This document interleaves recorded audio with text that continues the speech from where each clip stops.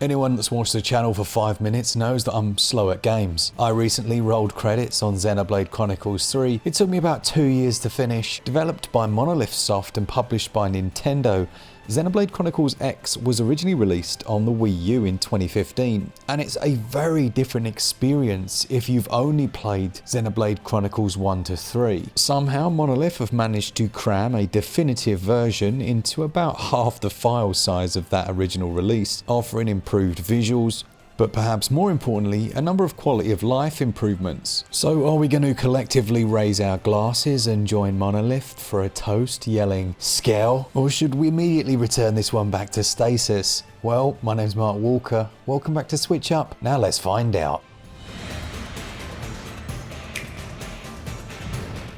As a massive science fiction nerd, I really was enjoying and captivated by the initial setup of the story. Humanity has suffered a slight issue and have had to leave on a number of arcs. They eventually find their way to a new world called Mira, setting up the city called New Los Angeles, NLA, but the overarching goal is to essentially find what's called the Life Hold, as it holds humanity inside, fully in stasis. The planet is home to some natives who you'll meet along the way, but also an antagonistic presence has come along for the ride. Now, a few thoughts coming off the back of Xenoblade Chronicles 3, story is delivered completely different here. In that game, you can't go more than 5 minutes with something a bit meatier coming up. A cutscene followed by another cutscene, but usually building real characters and developing that aspect. That side of things is very different in Chronicles X. After having designed your own character, they remain relatively silent throughout the experience. Although you are given a couple of options for dialogue, it tends to be other characters talking on your behalf. And I think it's fair to say that the writing itself isn't as strong as 1, 2, and 3. You don't think? No.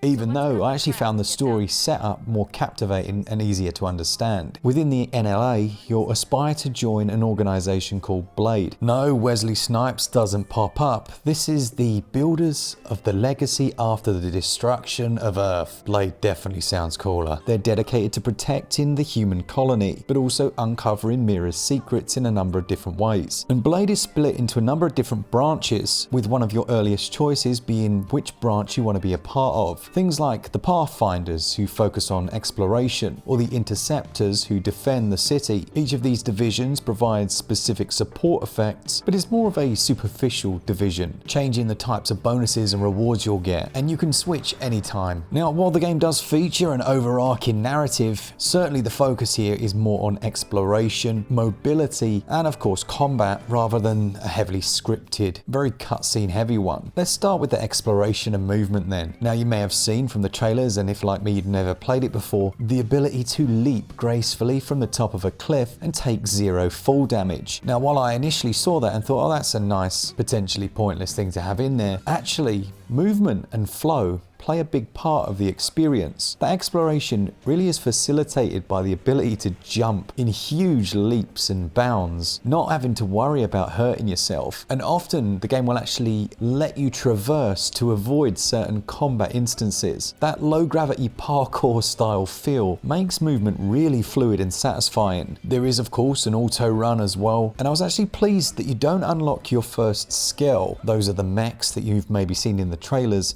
till about 20 hours in. That actually preserved the joy of the on-foot traversal for me. Mira is populated with various creatures, including humanoid aliens, giant towering behemoths, and of course the Nopon are here as well. But enemy hostility is shown with different icons next to their names, with passive creatures only being a threat if you accidentally step on their toes. They also have a number of different detection types. Some are visual, others based on proximity, and the familiar legendary type enemies exist here as well.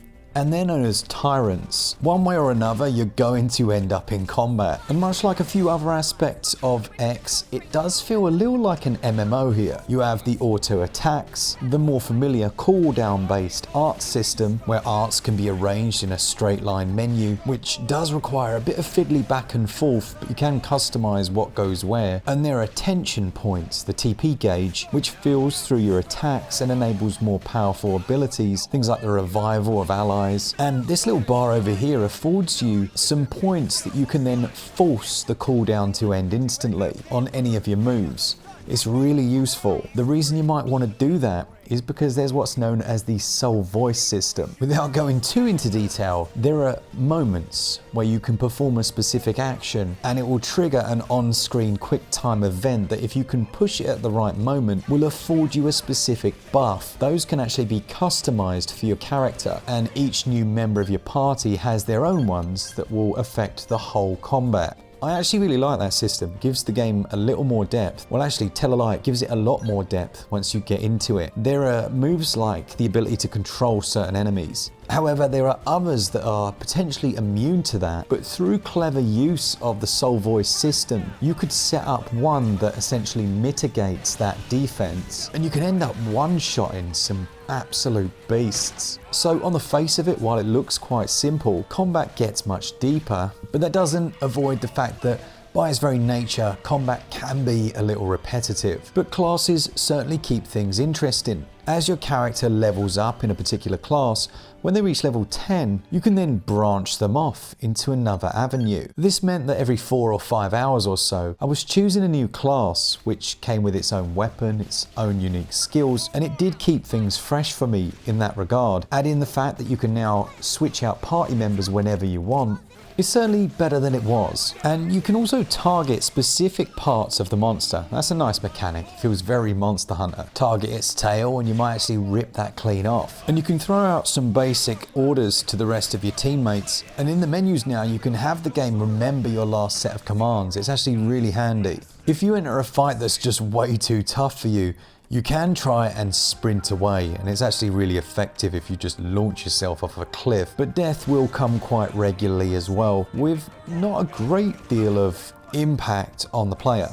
You'll respawn at the last checkpoint, of which there are many, but you will lose your entire TP gauge and have to rebuild that up in the next fight. The reason that's important is it means you might enter a tough piece of combat and have no TP points, which are often used for things like healing. The planet is absolutely gigantic and it's split into a number of different regions, and one of your main goals is to activate nodes, place structures upon them, and harvest a bunch of miranium. That's used for things like crafting, upgrading different things, and refueling the scale. Just like on Wii U, it does have online features. You can create a little co-op party with up to 4 players. Now sadly, because it's pre-launch, this isn't something we could try out, but I do believe it does require a Nintendo Switch Online subscription, so that's worth noting. You may want to know how the quest structure works in Chronicles X, and I have to say, for me this is one of the most generic aspects. It really felt like an MMO. You had a terminal that you could access the basic missions, taking on hundreds of different ones and then just going out and carrying out whatever ones you wanted. Or you had the curated missions, as I'd call them. These had a bit more flesh to them, a little more storyline. But personally, the best ones I found were the character quests. They were the ones that actually built up the lore of the different people that were in the world, and they also add new players to your roster. The final quest types are those main story quests, and this is where level and rank almost acts like a gate. That main story had a level cap, so you couldn't access the story if your level wasn't high enough. Usually it would rise by about 4 or 5 levels, and I wasn't sure how I felt about that. On the one hand, it makes sense because it keeps you at the right level. You're not going to get absolutely dominated. But on the other, I don't know. I just didn't really like it. The effect that it did have though was it basically made me go out, gather up all of the interesting quests and just go on a 4 or 5 hour questathon, come back and then carry on with the story, by which time I'd learned a ton about the different mechanics in the game and, to be honest, had a good time as well. It's just a different way of doing things to what I was used to. The city's surprisingly interesting. It's split into different areas with a residential block, the Blades area, and it evolves throughout the game as well, with some new additions that I really don't want to spoil. It's from the city that you can do different purchases, customize your skills, and you have a main base that can also be fully customized in terms of its visual. I of course decked mine out in the switch up colors, but those are the little touches that I actually really end up enjoying and spending far longer than I should tweaking. Controls are really good. Things like the auto run make a lot of sense. The jumping and the movement in general is solid, but one little standout that I do want to say is the hasty rumble is brilliant. You do so many little movements that are reflected with that rumble. It always reminds me of when it's used correctly, how good it can be. Overall gameplay has a very different feel to the other games as mentioned, and if the way that I've described it appeals to you, I think you're going to have a great time. It very much is about just exploration, lots of combat, and hammering quests out, but it did lack a little when it comes to the story, where it just took me a lot longer to actually care about the cast. But it still has its moments, and it will get you with those tear-jerking times. Plus the world is quite bare bones in terms of what there is to do other than fight creatures, run a million errands and carry out various missions and find the occasional bit of treasure. The thing is though,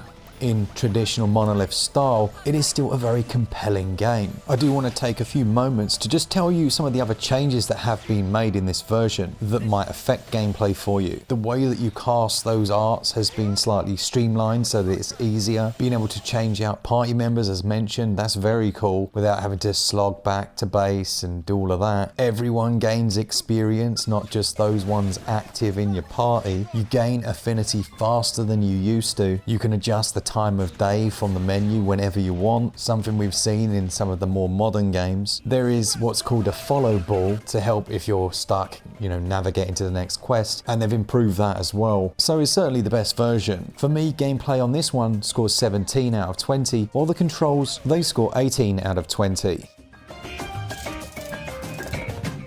Visually, we're looking at near native resolution, 30 FPS, although I did see a few frame drops, but only occasionally and only in very specific situations. One of those was when entering a cave. They've quite smartly semi-locked the camera as you're moving through the corridors of a cave, but there's this weird lethargic, sluggish thing that happens. And a couple of times I had some real frame drops there and then it would be absolutely fine again. I think that's just a bug they need to fix. The vistas, environments, everything looks absolutely stunning, and there is an incredible sense of scale here. Because of the way you move, is potentially the best in the series for its use of scale and perspective. Another crazy Monolith wizardry is the fact that there are basically no load times. You can seamlessly travel from that city across the entire world and not experience a load. How is that even possible? There are a couple of interior environments that do require some load transition, but then you also throw in the fact that the Switch version has been compressed from around 22 gigs on the Wii U to 13.4 gigs on the Switch, whilst having higher resolutions, improved character models. Yeah, I don't even understand. You take any other AAA modern game today, and if you're even sub 50 gigs, they're patting themselves on the back and high-fiving each other. One minor critique is that the text size for me is a little too small, and as far as I could see, there's no option to change that. Also, while it is a beautiful, vast world, it is a little sparse and empty at times, focusing more on exploration than populated areas. Hiroyuki Sawano worked on the soundtrack, and I think he's worked on the Attack on Titan series. And this one is a little different from what I'm used to. It features a mix of orchestral but also vocal tracks, so you might be fighting a big monster, and then some fella starts rapping in the background. It took me a bit of getting used to, but the overall soundtrack is very good. Assault hammer!